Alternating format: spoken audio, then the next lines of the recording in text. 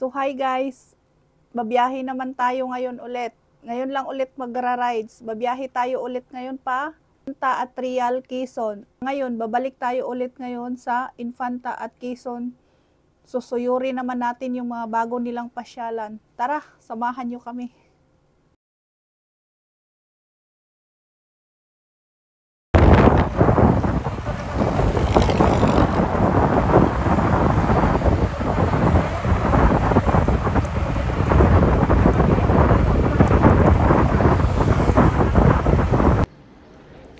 Stop over muna kami dito sa Clean Fuel Antipolo. Nagpa-gas lang ng full tank at nag-CR.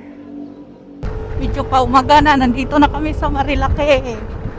Maliwanag na.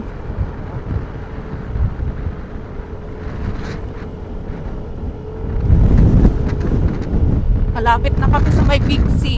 Yung tambayan dati ng mga rider. Dito sila mahilig noon tumambay. Oh. Ngayon, bawal na.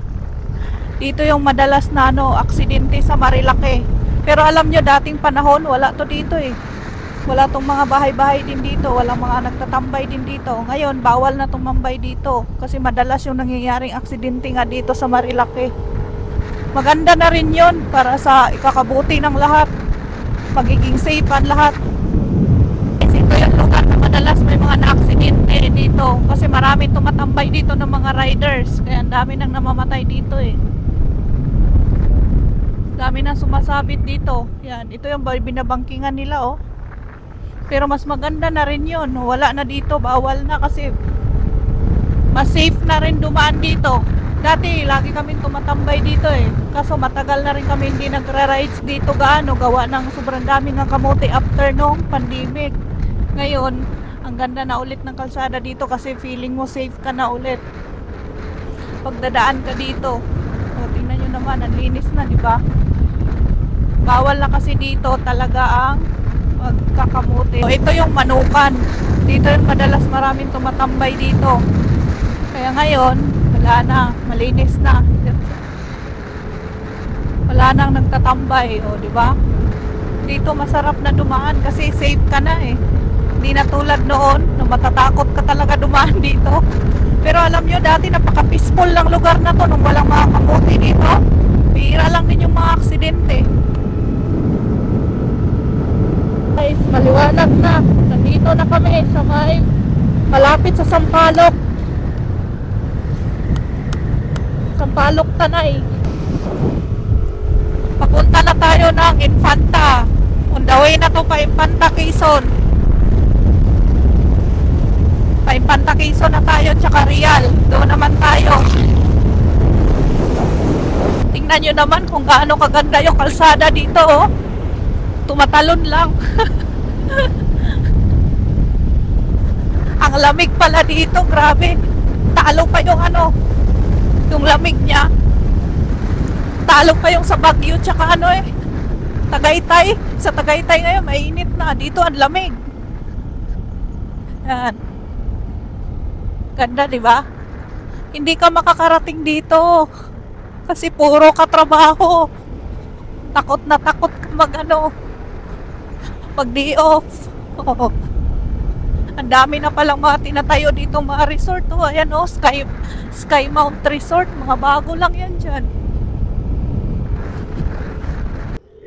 Grabe pa yung dito, yung hamog sa Manila. Sobrang init na sa Manila. Pero dito sobrang hamog pa. Wala na yung mga manok yata dyan oh. Ay hindi, na dyan pa pala. Ayan oh, daming manukan dyan. Sobrang lamig pa nga dito eh, papuntang Infanta. Ayan oh. Mahamog pa yung mga kabundukan. Samantalang doon sa Manila, para ka nang tinutusta doon sa sobrang init sa Manila. Diyos ko. Oh. Wow, ang ganda talaga. Thank you Lord. Ang ganda ng kalikasan.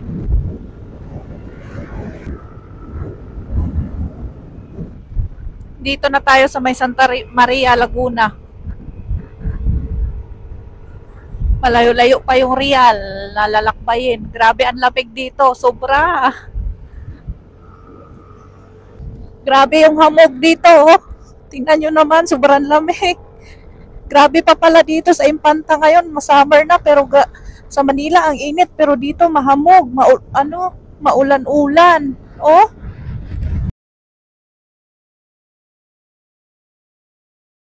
yung ulan kay scam, ay yung hamog. Akala namin ang lakas ng ulan, hamog lang pala. After 5 minutes, ito na oh.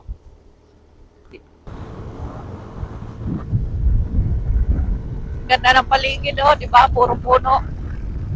Sobrang lamig dito.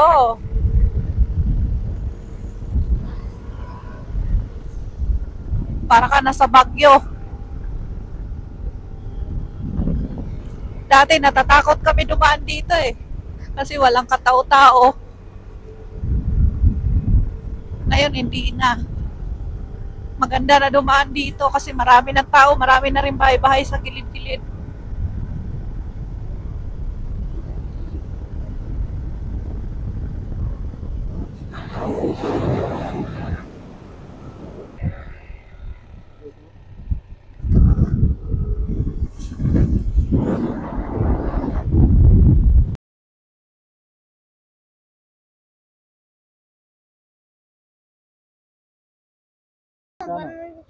Kuwan po, sandaan. Sino ang kumuha niyan? Ako po na Sino ang nanguha? kanta po. Pares na po itong may dagdag. Magkano yan? Ang dami kong pako na binili sa mga bata, oh. Hmm.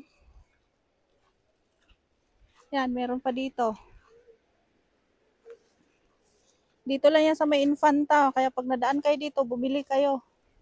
Dami kong binili sa kanila para na rin para na rin makatulong sa kanila. Kasi nag-aaral sila eh. Tapos dinagdagan ko na lang din konti. Yung binayad ko. Kasi kawawa naman yung mga bata. Dami oh. Dito na kami. Tanaw na yung pupuntahan namin na Agus River. Ayan oh. Noon wala yan. Ngayon meron na. Walang naliligo dyan dati. Ngayon papaliguan na. Ito yung pupuntahan namin. Ayan oh. Charan! Ang ganda ng view. Diba? May palayan pa sa gilid. Probinsyang probinsya. Ayan oh, ang ganda, diba? Ganda ng tubig, ang linaw. Diyan kami maliligo ngayon. Hindi naman ako marunong lumangoy. Ganda. Ang Hayahay Agos River. Yan.